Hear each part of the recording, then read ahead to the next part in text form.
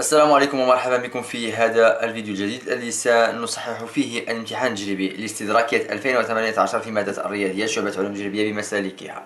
أشير إلى أن الامتحان موجود في الوصف أسفل الفيديو. ننتقل إلى التمرين الثاني حول الأعداد العقدية كما تشاهدون.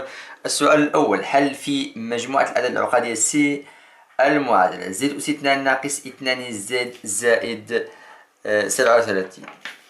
إذا أولا سنبدأ بتحديد A و B و C. بالنسبة ل A و B قلنا و C. بالنسبة ل A هو معامل Z أس 2 يعني 1، ثم B هو معامل Z يعني ناقص 2، ثم C معامل الحد الذي درجته 0 يعني 37.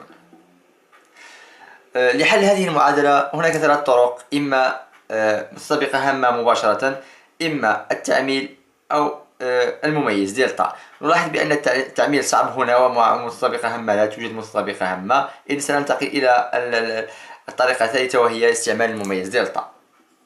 دلتا يساوي ب أس 2 ناقص 4 أس سي. بالنسبة ل ب هي ناقص 2 أس 2 ناقص 4 في أ في 1 في سي في 37 تساوي. بالنسبة لناقص 2 أس 2 هي 4، ثم ناقص 4 في 1 4 في 37. باستعمال الآلة الحاسبة نجد 148 تساوي ناقص 144 أصغر من الصفر. إذن بما أن المميز سالب، إذا للمعادلة حلين عقديين مترافقين هما. ما معنى مترافقين؟ يعني أحدهما يساوي مرافق الآخر. إذن سنبدأ بالأول بإيجاد الحل الأول. ناقص ب القاعدة هي هذه: ناقص ب زائد إي جذر ناقص دلتا، لأن دلتا سالب، ناقص ليصير موجبا لأن ما بداخل الجذر دائما يكون موجب. 2 أ تساوي. بالنسبة ل ب تساوي ناقص 2، إذا مع هذه الإشارة ناقص تصبح زائد 2، ثم زائد إي جذر 144. 2 في أ تساوي 1، 2 في 1 تساوي 2. إذن تساوي 2 على 2 زائد إي جذر 144 على 2 تساوي. بالنسبة ل 2 على 2 تساوي 1، ثم زائد جذر 144 يساوي 12، 12 مقسوم على 2 تساوي 6. إذن إي 6. الحل الأول، ومنه زد 2 تساوي مرافق الحل الأول يساوي 1 ناقص، لأن إشارة الجزء التخيلي إشارته سالب موجبة، إذن سنعكس الإشارة فتصبح ناقص إي 6. إذن المعادلة حلين هما 1 زائد إي 6 و1 ناقص إي 6. ومنه مجموعة حلول المعادلة هي اس تساوي. نكتب الحل الأول 1 زائد إي 6 ثم 1 ناقص إي 6. وننتقل الآن إلى السؤال الثاني. ألف. السؤال الثاني في المستوى لدينا نقطتين B و C. لحق النقطة B هو B صغيرة، ثم لحق النقطة C هو C صغيرة. لدينا قيمتين B ثم C. إذن سنتحقق بأن C ناقص B تساوي إي B. إذن سنحسب، يكفي أن نحسب C ناقص B. سأكتب هنا ثانيا ألف. نتحقق من أن C ناقص B تساوي إي B. لدينا إذن بالنسبة ل C ناقص B تساوي، سنقوم بكتابة قيمة C ثم كتابة قيمة B. بالنسبة لكتابة C هي 1 زائد جذر 3 زائد 1 ناقص جذر 3 إي، ثم ناقص B. بالنسبة ل B تساوي 1 ناقص إي جذر 3 مع إضافة الأقواس هنا لأنها مسبوقة بإشارة ناقص. لاحظوا معي هنا ناقص، إذن سنكتب ناقص، وقيمة B هي 1 ناقص إي جذر 3. سنقوم بعملية النشر: 1 زائد جذر 3 إي مضروب في 1 يعني زائد إي، ثم إي مضروب في ناقص جذر 3 يعني ناقص إي جذر 3. هنا عند إزالة الأقواس نغير إشارة ما بداخل القوس، لأن القوس مسبوق بإشارة ناقص، ناقص واحد ناقص مع الناقص تصبح زائد إي جذر 3. سنلاحظ هل يوجد لدينا اختزال؟ لاحظوا معي هنا يمكن اختزال بإي جذر 3 ثم واحد مع واحد، فنحصل على جذر 3 زائد إي. نحتفظ بهذه الكتابة ثم نعود ونحسب إي بي. بالنسبة لبي قلنا تساوي واحد ناقص جذر 3، عفوا إي هنا إي تساوي. بالنسبة سأنشر هنا إذن إي ناقص إي أس 2 ناقص إي أس 2 جذر 3 تساوي إي. بالنسبة لإي أس 2 كم تساوي؟ إي أس 2 تساوي ناقص واحد مع الناقص الموجودة هنا، فنحصل على زائد جذر 3. لاحظ معي بأن القيمتين متساويتين، ومنه سي ناقص بي تساوي إي بي. ننتقل إلى السؤال باء. نستنتج بأن عمدة العدد العقدي سي ناقص بي على بي تساوي بي على 2 بترديد 2 بي. إذن باء نستنتج أن أرجيمون سي ناقص بي على بي تساوي بي على 2 بترديد 2 بي. لدينا بالنسبة للسي ناقص بي على بي تساوي، لاحظوا معي بأن السي ناقص بي قمنا بحسابها في السؤال السابق. لدينا سي ناقص بي تساوي إي بي ثم مقسوم على بي، نختزل فنحصل على إي. إذن بالنسبة لإي لدينا إي هو عدد تخيلي صرف وينتمي إلى إي آر بلس عدد تخيلي صرف، ومنه أرجيمون سي ناقص بي على بي يساوي أرجيمون إي يساوي بي على 2 بترديد 2 بي. لاحظوا معي لو قمت بإنشاء شكل هنا سنحصل على إي هنا. لاحظوا معي بأن عمدة إي هو بي على 2. هذه قاعدة، إذا كان عدد عقدي ينتمي إلى إي إر بلس فإن عمدته يساوي بي على 2. إذن سننتقل إلى نفس السؤال ونستنتج أن المثلث أو بي سي قائم زاوية متساوي الساقين في بي.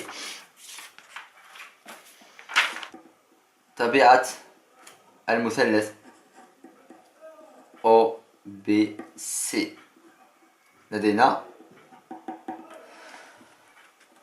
أرجيمون بي ناقص عفوا سي ناقص بي على بي تساوي بي على 2 بترديد 2 بي. وهذه الزاوية هي نفسها إذا قمنا بكتابتها باستعمال المتجهات.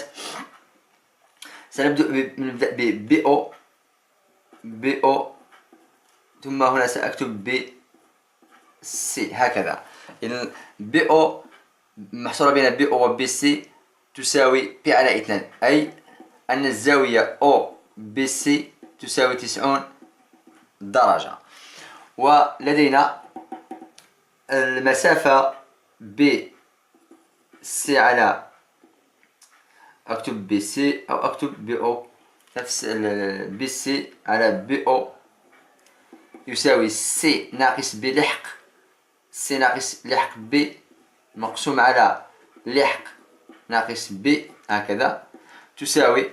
إن هنا يمكن أن نكتب هكذا سي ناقص بي على ناقص بي تساوي هنا إشارة ناقص، وهنا لدينا المعيار. إذن يمكن حذف الناقص فنكتب سي ناقص بي على بي تساوي إي.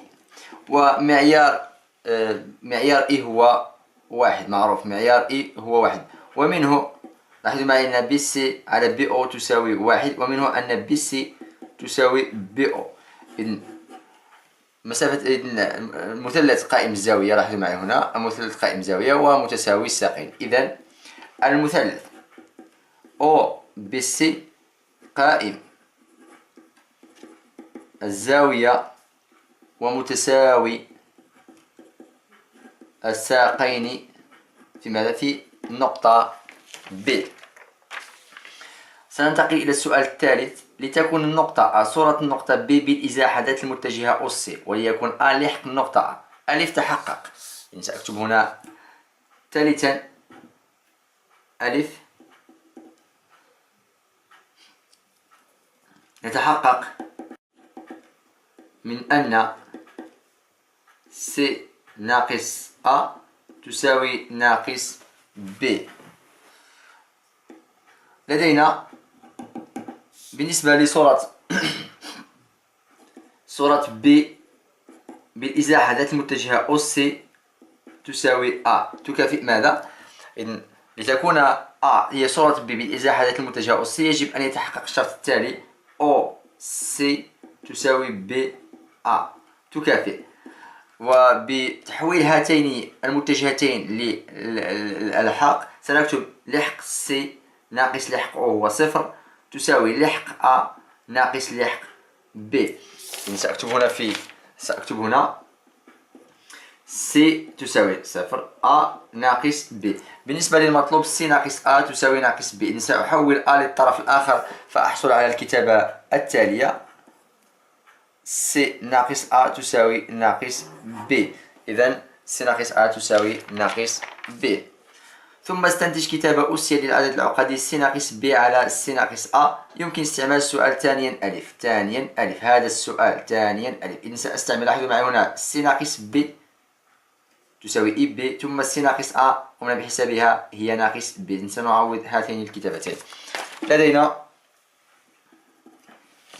أو سأكتب الكتابة الأسية للعدد العقدي C ناقص B على C ناقص A.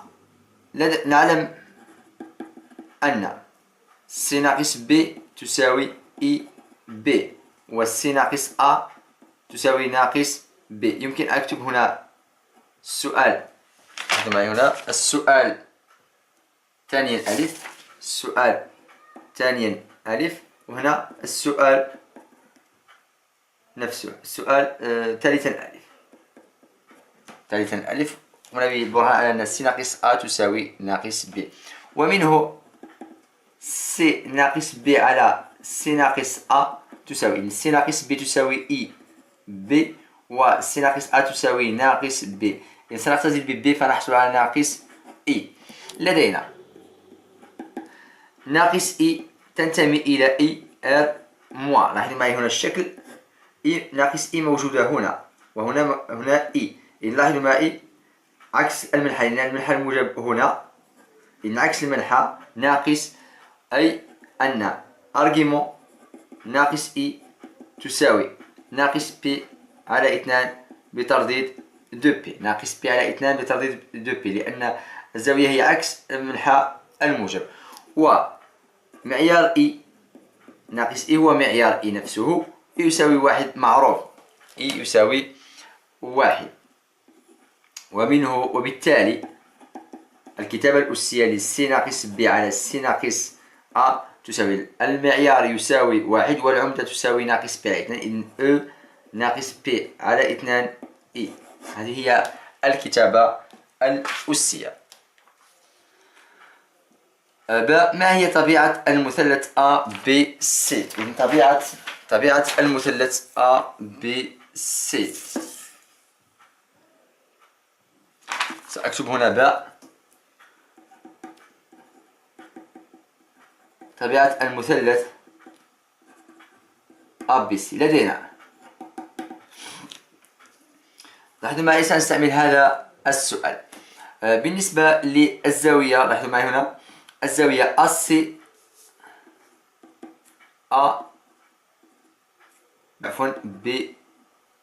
BC تساوي أرجيمون، ثم سنبدأ دائما نبدأ عندما تحويل المتجهات إلى الألحاق في الزاوية نبدأ بالنقطة الأخيرة نكتب لحقها هنا، ثم ناقص النقطة التي تليها ب مقسوم على، ثم النقطة التي تليها C ناقص، ثم النقطة الأولى هذه العمدة قمنا بحسابها سابقا أو في نفس السؤال ألف، وجدناها تساوي ناقص ب على 2. ناقص ب على 2. سأكتب هنا ناقص ب على 2 بترديد 2 بي. إذا الزاوية، لاحظوا معي هنا سي تتكرر مرتين، إذن الزاوية أ سي بي تساوي 90 درجة. الآن سننتقل إلى المسافات، ولدينا بالنسبة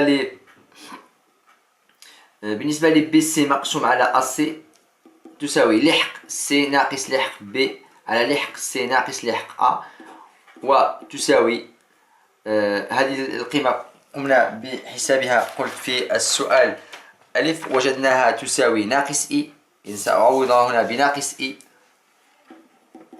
وتساوي